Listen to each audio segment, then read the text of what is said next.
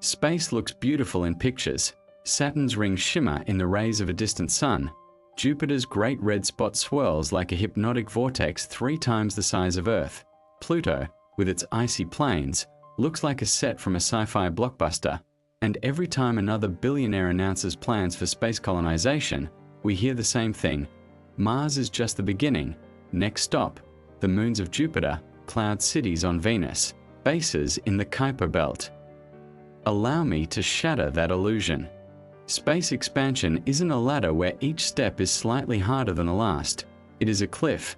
Mars sits at the very edge of what is possible. Everything beyond it is a physical and biological hell from which there is no return. Not because we lack the technology, but because the laws of physics and biology simply say no. Today, we aren't going to talk about heroic missions or the triumph of the human spirit. We are going to talk about what happens to the human body in conditions it was never built to endure, about places where survival is measured not in years, but in seconds, about planets that turn an astronaut not into an explorer, but into a statistic. Welcome to your one-way ticket. Let's start with Mars, the planet we romanticize as Earth's backup. Here is a brief list of what actually awaits the first colonists. Perchlorates in the soil, 0.5 to 1% by mass. These are highly toxic salts that destroy the thyroid gland. A single tablespoon of Martian dust accidentally inhaled causes a chemical burn. The entire surface is covered in this poison. Loss of bone density, 1 to 2% per month in low gravity, 38% of Earth's. After 2 years, an astronaut skeleton becomes as brittle as an 80-year-old's with severe osteoporosis, a hip fracture from a single clumsy step. Muscle atrophy, a 20% loss of muscle mass in just 6 months, even with daily exercise. The heart is a muscle, too. It weakens and shrinks by 10–15%. Returning to Earth's gravity could cause a heart attack the moment you try to stand up. Radiation, 0.67 millisieverts per day on the surface, 200 times higher than Earth. Over 2 years, the dose reaches 500 MSV, enough to increase cancer risk by 5%, damage DNA in every cell, and cause cataracts. Cosmic rays pierce spacesuits like they're made of paper. Psychological isolation, a communication delay with Earth of 4 to 24 minutes, depending on orbital position. No real-time conversations, only asynchronous messages from a planet where your family might already be gone by the time you receive an answer. And this is Mars, the closest, relatively hospitable terrestrial planet. This is the tutorial mode of space expansion. Everything beyond this point is set to nightmare difficulty. Distance from the Sun, 778 million kilometers. Flight time, on an optimistic trajectory 2 to 3 years. Your ship approaches the gravitational colossus, and the first thing you notice is your radiation monitors redlining while you are still 3 million kilometers away. You have entered the magnetosphere of Jupiter, the largest structure in the solar system, stretching 7 million kilometers toward the Sun and nearly to the orbit of Saturn in the opposite direction. Radiation belts, when protection kills. Jupiter's magnetic field is 20,000 times stronger than Earth's. It traps charged particles from the solar wind and cosmic rays, creating radiation belts with a density millions of times higher than those around Earth. The Juno probe, orbiting Jupiter since 2016, is protected by a 1 centimeter thick titanium vault for its electronics. Even with such shielding, it receives 20,000 rads, 200 grays, during a single flyby of the polar regions, the least radioactive zones. For a human, a lethal dose is 4 to 5 grays over a short period. A single Juno flyby delivers a dose 40 times higher than the lethal limit. What happens to a human at a dose of 200 grays? First 10 minutes, nothing. Radiation cannot be felt, but inside your cells, water molecules are being split into free radicals, aggressive ions that rip through the double helices of your DNA. On average, every single cell sustains thousands of breaks in both DNA strands. After 30 minutes, nausea and vomiting. The nervous system reacts to the mass death of cells in the gastrointestinal tract. This is the onset of gastrointestinal syndrome. Epithelial cells in the gut divide rapidly and are the first to die from radiation. After 2 hours, bloody diarrhea. The intestinal lining begins to peel off in sheets. Dehydration sets in, but that isn't the worst part. After 48 hours, bone marrow stops producing blood cells. White blood cells, which live 1 to 2 days, vanish first. The immune system shuts down. Every bacterium already inside your body becomes a potential killer. After 1 week, internal bleeding due to the collapse of platelet levels, hemorrhaging in the brain, lungs, and intestines. Death follows from multi-organ failure. And that is at 200 grays, on the orbit of Io, Jupiter's closest major moon, 422,000 kilometers away. The radiation background is 36 grays per day, a lethal dose in 3 hours. Even inside a lead bunker 10 centimeters thick, you would receive 4 grays a day, giving you a year of life at most. Electronics die even faster. A spacecraft designed for Martian radiation, 0.67 MSV a day equals 0.00067 grays a day, would fail within hours. Transistors, microprocessors, and memory all rely on the precise positioning of electrons within crystal lattices. Radiation periodically knocks these electrons around, causing bit flips, at 36 grays per day. Every gigabyte of memory suffers billions of errors. Within minutes, your computer turns into a random number generator. Let's assume that by some miracle, you've shielded yourself from the radiation, using a lead sarcophagus weighing hundreds of tons, and decided to descend into Jupiter's atmosphere. After all, there is no solid surface. Perhaps you could just hover in the clouds? At 1,000 kilometers above the surface, the level where pressure is 0.1 bar, temperature is minus 108 degrees Celsius. This is somewhat manageable. You are surrounded by clouds of ammonia ice. Winds at 600 kilometers per hour would tear any probe without massive engines right out of orbit. At 0 kilometers altitude, the 1 bar level temperature is minus 70 degrees Celsius. The pressure is equal to Earth's surface. Visibility is near zero. You are inside a cloud of ammonia crystals and ammonium hydrosulfide. It is toxic. It would corrode the rubber seals of a spacesuit within hours. Minus 50 kilometers. Pressure is 5 bars. Temperature is 0 degrees Celsius. Water would be liquid here, but there is only hydrogen, helium, and traces of methane. The winds create turbulence comparable to flying inside a Category 5 hurricane. Minus 150 kilometers. Pressure is 23 bars. Temperature is plus 153 degrees Celsius. This is where the Galileo probe was crushed in 1995 after 58 minutes of data transmission. Its metallic hull, designed for 20 bars, began to deform. The electronics failed as the solder began to melt at 153 degrees Celsius. Minus 1,000 kilometers. Pressure is 1,000 bars, equal to the bottom of the Mariana Trench. Temperature is plus 1,000 degrees Celsius. Hydrogen enters a supercritical state, neither gas nor liquid, but something in between. Any known material is either crushed to dust or melted. Minus 20,000 kilometers. Pressure is 2 million bars. Temperature is plus 10,000 degrees Celsius. Hydrogen becomes metallic. Electrons are stripped from their nuclei, and atoms are packed so tightly they behave like a conducting liquid. There is no astronaut's body here.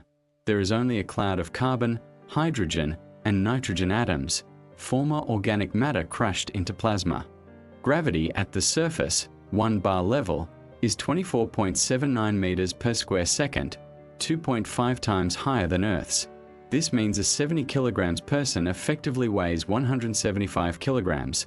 A heart accustomed to pumping blood in Earth's gravity experiences a constant 2.5 g load. Blood pools in the lower extremities. The brain is starved of oxygen. Fainting occurs within minutes. Death from heart failure follows within hours, if the pressure and temperature haven't killed you first. The return. Escape velocity for Jupiter is 60.2 kilometers per second, compared to Earth's 11.2 kilometers per second. That is 5.4 times greater. The energy required for liftoff is proportional to the square of the velocity.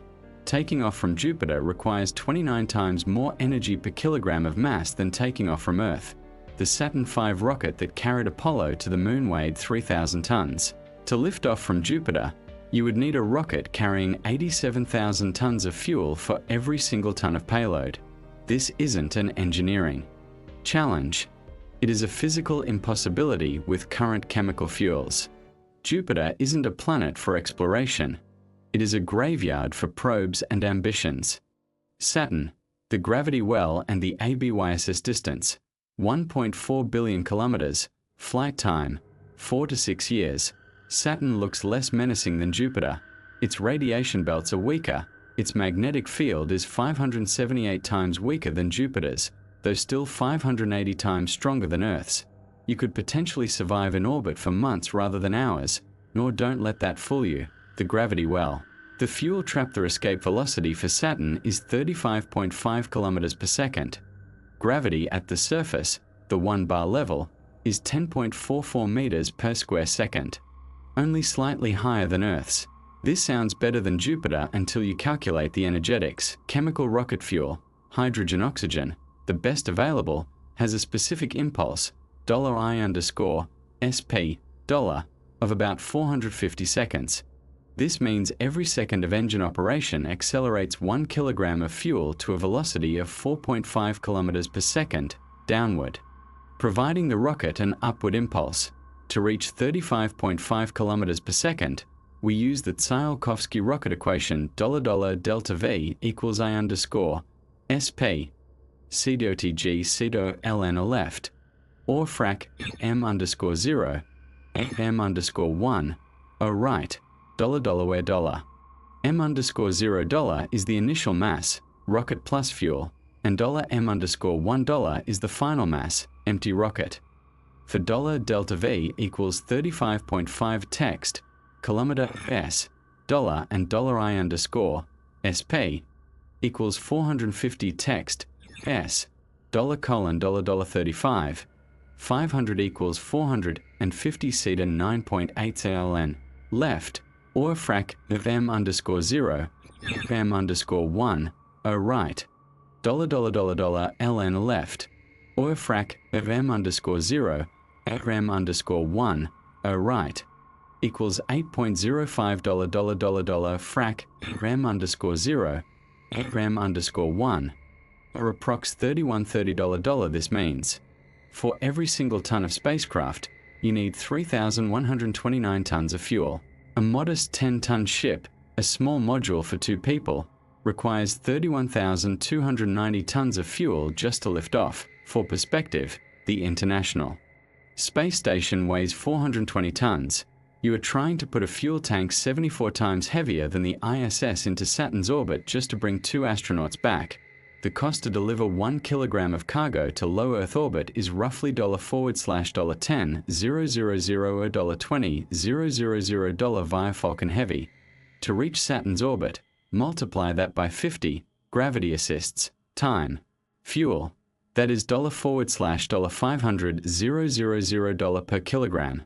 31,290 tons would cost $$15 trillion just for the fuel.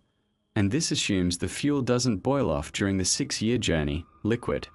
Hydrogen boils at -253 degrees Celsius, requiring perfect cryogenic tanks that do not exist at this scale. Conclusion: taking off from Saturn is economically and physically impossible with chemical rockets. You would need either nuclear thermal engines, which don't exist yet, or in situ resource utilization, refueling on site. But from what? The atmosphere is 96% hydrogen, but liquefying it requires massive amounts of energy that you can't get without a nuclear reactor weighing hundreds of tons. The rings, beauty that kills Saturn's rings, consist of icy particles ranging from micrometers to meters in size, orbiting at speeds of 20 to 30 km/s.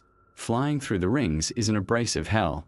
A 1 mm particle traveling at 25 km per second has a kinetic energy of 312 joules, roughly that of a .22 caliber bullet. The particle density in the bearing, the densest, is about 100 particles per cubic meter. A ship passing through the ring at 10 km per second, typical orbital speed, would be struck by 1,000 particles per second for every square meter of its surface. The hull would be riddled like a sieve within minutes. Micrometeoroid shielding, layers of Kevlar and aluminum, works against particles up to 1 centimeter at speeds up to 10 kilometers per second. But the rings are a cloud of billions of projectiles. The Cassini probe flew through the gap between the F and G rings, the least dense region, on its final orbits. Even there, it recorded thousands of microparticle impacts. For a human, entering the rings is suicide. A spacesuit would be shredded by microparticles in seconds. Explosive decompression at -180°C in a vacuum follows. The body freezes and is torn apart by decompression simultaneously. Pluto, beyond the edge OFFE distance, 5.9 billion kilometers, average, elliptical orbit, flight time, 9 to 12 years. The New Horizons probe took 9.5 years. You have left the zone of the giant planets and entered the Kuiper belt, a graveyard of icy debris at the very frontier of the solar system. The cold that stops molecules. Pluto's surface temperature is -223°C, 50 Kelvin. This is only 3 degrees above the absolute zero of deep space, 2.7 K, cosmic microwave background radiation. What happens to matter at such a temperature? Nitrogen freezes. Pluto's atmosphere, pressure of 10 microbars, a million times thinner than Earth's, consists of nitrogen that condenses onto the surface as Pluto moves away from the Sun. During the winter, which lasts 124 years out of its 248-year orbital period, the entire atmosphere settles as snow metals become brittle. At -180°C, steel loses its plasticity and becomes as fragile as glass. At -223°C, aluminum cracks from the slightest vibrations. Titanium retains its strength, but welds fail due to differing coefficients of thermal expansion. Rubber turns to stone. All polymers, seals, hoses, insulation, freeze solid. Flexibility vanishes. Any movement snaps components like dry twigs. The human body, skin freezes in 30 seconds upon contact with the surface. Moisture in the tissues crystallizes, rupturing cell membranes. This isn't frostbite. It is instant vitrification. Water turns into amorphous, non-crystalline, ice, transforming tissues into a glassy mass. A limb doesn't just die, it becomes a brittle appendage that shatters upon impact. Inhaling Pluto's atmosphere, even if the pressure was sufficient, would mean nitrogen condensing in your lungs. Liquid nitrogen at -196°C is used for cryogenic freezing. Your lungs would fill with a boiling liquid that flashes into gas instantly, shredding the alveoli. Asphyxiation and internal hemorrhaging follow in seconds. The biology of extreme cold, molecular death life is a series of chemical reactions. The rate of these reactions depends on temperature according to the Arrhenius law, $K equals A C dot dash a frac, the_A, ORT. $where $a is the gas constant. $T is temperature in Kelvin, and $E_$ is the activation energy at AT273 K, 0 degrees Celsius. The rate of biochemical reactions is 2 times slower than at 310 K, 37 degrees Celsius, body temperature. At 223 K, -50 degrees Celsius, it is 100 times slower. At 50 K, -223 degrees Celsius, the rate drops by $10 $40 times. Reactions effectively stop. This means metabolism is impossible. Enzymes fail. DNA polymerase cannot copy DNA. Ribosomes cannot synthesize proteins. Mitochondria stop producing ATP. The cell becomes a frozen capsule of inert molecules, but death begins much earlier. At -20 degrees Celsius, blood thickens, viscosity increases 5-fold. The heart cannot pump the sludge, circulation stops. The brain dies within 3 minutes without oxygen at T-50 degrees Celsius. Water in the extracellular space freezes. Ice crystals grow, piercing membranes like needles. Cells rupture from the inside out at T-100 degrees Celsius. Intracellular water freezes. If freezing is rapid, as on Pluto, amorphous ice forms. A cell can theoretically survive this. While this works for microorganisms, bacteria survive in liquid nitrogen. It fails for multicellular organisms. The heart, brain, and liver, organs with thousands of cell types, cannot withstand cryopreservation without specialized cryoprotectants, antifreezers, which the human body lacks. Conclusion: On Pluto, an astronaut's body freezes in minutes. It does not decompose. There are no bacteria. It is too cold. It becomes a statue of amorphous ice and brittle tissue that will remain for millions of years, until a meteorite shatters it into dust. Communication and isolation. When Earth vanishes. Pluto is, on average, 5.9 billion kilometers from Earth. The speed of light is 300,000 kilometers per second. A radio signal, traveling at the speed of light, covers this distance in 5.5 hours. One question, an answer 11 hours later. Imagine this dialogue. Midnight pressure in the module is dropping. There's a leak. Instructions. Earth, 11 o'clock, check panel A7, close valve B3. In those 11 hours, you are either already dead or you've fixed it yourself. Psychologically, this is absolute isolation. Earth is no longer a controller or a support system. It is an asynchronous archive of messages. Subjectively, your family ages dozens of times faster. While you wait 11 hours for a reply, half a day has passed for both of you, but your communication rhythm is once every 24 hours at most. After 1 year on Pluto, though it takes 248 Earth years for a full orbit, we are talking about a 1-year stay. You will have exchanged only 30 to 40 messages with Earth. That is less than a single phone call. People you once knew could be dead by the time their reply reaches you. The psychological rupture effect. Studies of Antarctic winterovers, total isolation for 6 to 9 months, show the development of winterover syndrome, depression, apathy, and hallucinations. On Pluto, the isolation is 100 times deeper. The psyche simply breaks. Conclusion. The finality of the choice. Everything we have discussed, the bone-shredding radiation of Jupiter, the crushing gravity and fuel trap of Saturn, the molecular stillness of Pluto, leads to a single conclusion. Space expansion beyond Mars is not an exploration mission. It is biological exile. We are carbon-based organisms evolved for a specific pressure, a specific temperature, and a specific gravitational constant. When we leave that niche, we aren't just visiting a hostile environment. We are entering a physical state where our biology ceases to function as life. The dream of colonizing the stars usually ignores the most brutal fact. The universe is not made for us. Every planet beyond the asteroid belt is a one-way ticket because once you arrive, you no longer have the body, the resources, or the physics required to leave. Earth isn't just our cradle. It is our only possible home. Beyond it lies not a new frontier, but an endless, silent grave. Biological finale. Degradation without return. Let's assume you survived on Jupiter, in a lead bunker on Ganymede, on Saturn, in a subsurface base on Titan, or on Pluto, in an underground thermonuclear complex. 5, 10, 20 years have passed. You decide to return. But your body is no longer Earthborn. Genetic shifts.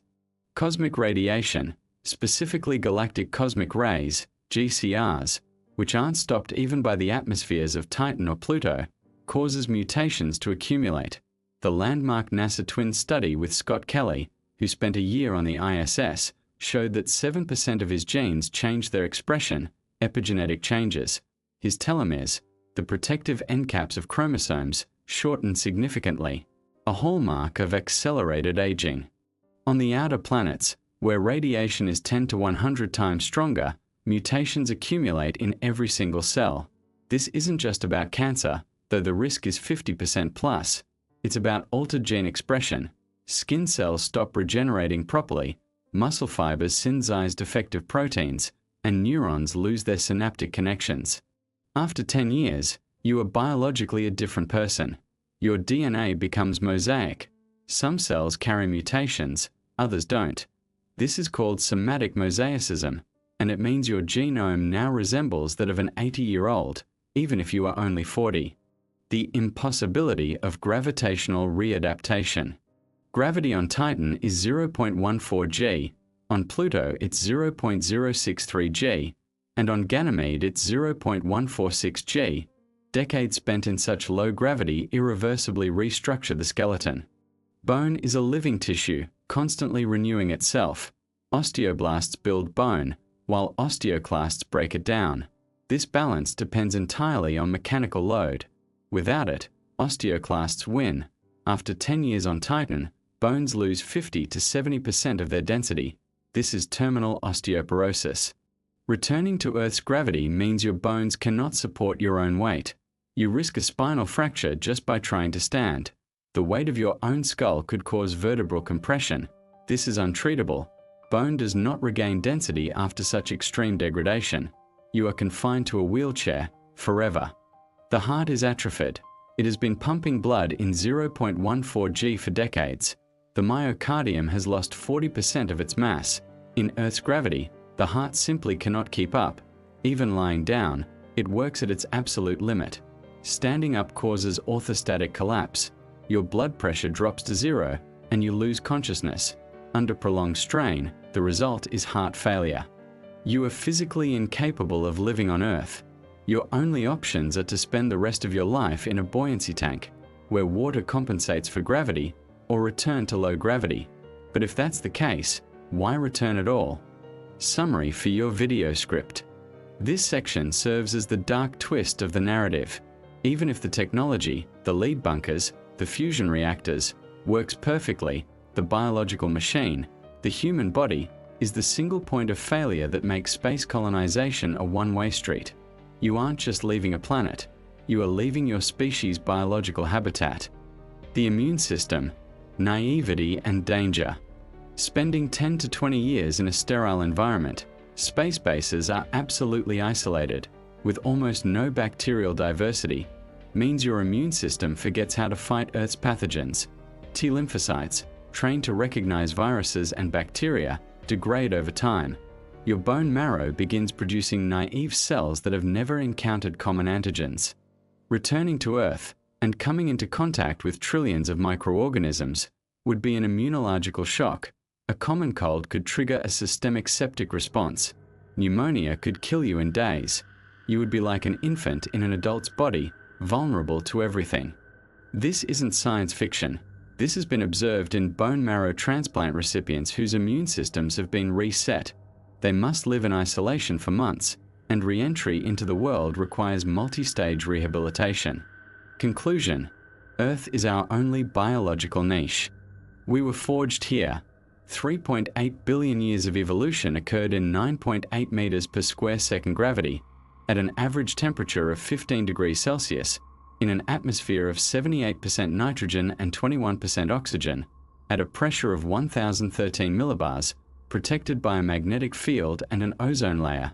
Every cell, every protein, every ion in our bodies is optimized for these exact conditions. Change one parameter, and we begin to degrade. Change them all, and we die. Space colonization is not the relocation of humanity. It is transformation into another species, a species genetically modified for low gravity, radiation, and extreme cold. In 100 years, the colonists of Titan will be unable to return to Earth. In 1,000 years, they may no longer be able to interbreed with Earthlings, reproductive isolation. In 10,000 years, they will be a different species of Homo, adapted to Titan but alien to Earth. Jupiter, Saturn, and Pluto are not directions for expansion. They are evolutionary dead ends where we might send a generation of humans, knowing they and their descendants will never return, not because of a lack of rockets, but because their bodies no longer belong to Earth. A one-way ticket is not a metaphor. It is a biological sentence. We can send robots, probes, and telescopes. We can study these worlds from afar, but the idea that humans will live there is a fantasy that ignores physics and biology. Earth is not just our home. It is the only place in the universe where our bodies work as intended. Everything else is a slow death in a spacesuit, a bunker, or a capsule, on a planet that kills us every second we try to prove we can survive where we were never meant to. Space is beautiful in pictures, but it is not for us. It is for machines that do not feel the cold of -223 degrees Celsius, do not die from 200 grays of radiation, and do not miss the scent of rain on Earth. We stay here, or we disappear.